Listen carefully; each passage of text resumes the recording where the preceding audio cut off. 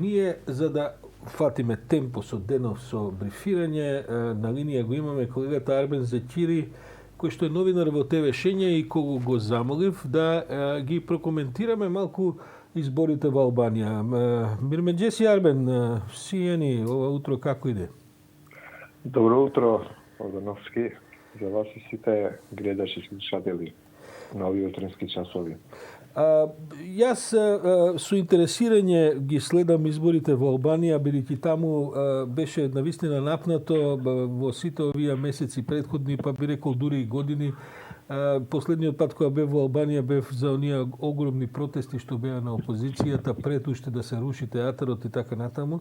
Значи тоа треба беше негде лани, можда и пред тоа.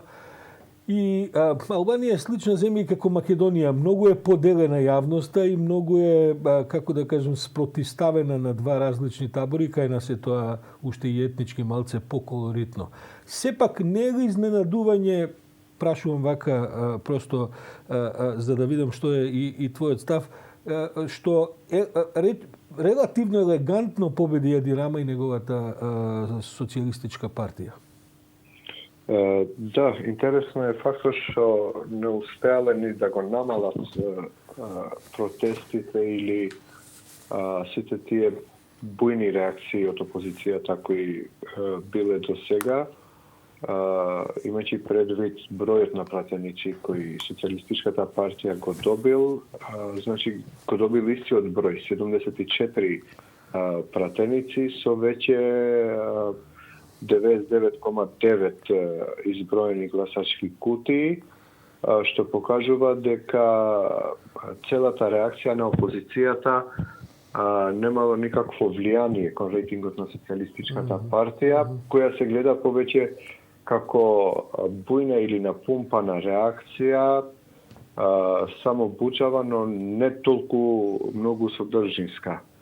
На Социјалистичката партија и на премиерот Еди Рама таму најверојатно му помогнала многу таа прагматична политика која ја нарекуваме, затоа што граѓаните веќе докажа во Албанија дека сакаат да гледат конкретно прагматична политика, конкретни проекти, конкретни инвестиции. Треба да имаме предвид дека последните години, особено последната година, таму се градат аеродроми, патишта, болници, здравствени институции, автопатишта и сите со странски инвестиции кои не биле гледани и регистрирани последните децении од отварањето на Албанија после падот на комунистичкиот режим таму. А од друга страна, опозицијата ја гледавме само со некоја празна реторика и обвинувања кон власта, но и со многу сомнителни скандали, сомнителни поврзаности со руски лоби групи.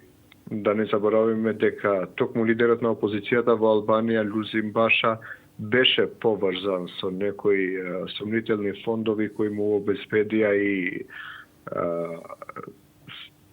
посети во Соединетите Американски држави, па поврзаноста негова со лоби групата на Трамп, која беше осомничена дека помогнала и во изборите, во таа спин операција на предпоследните избори во САД.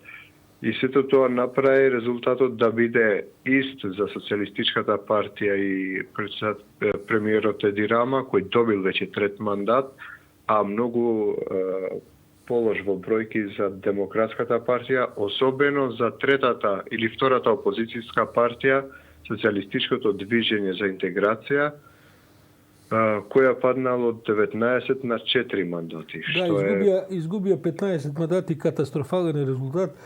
Го гледав и Баша во вчерашните изјави, се разбира кога ќе изгубите избори, потоа се вие друго виновно, осем вашето однесување. Сепак, укажува на еден податок кој што е занемуив Албанија на овие избори имаше навистина голем број на неважечки ливчиња. мислам дека се негде меѓу 20 и 30 илјади, зашто Баша вели што е дупло повеќе отколку разликата помеѓу нас и социјалистите. Мислам дека не е тоа баш така, бидејќи помеѓу нив и социјалистите има околу 150.000 гласа разлика. Конкретно 83 гласа неважечки гласови има. Да, 83.000.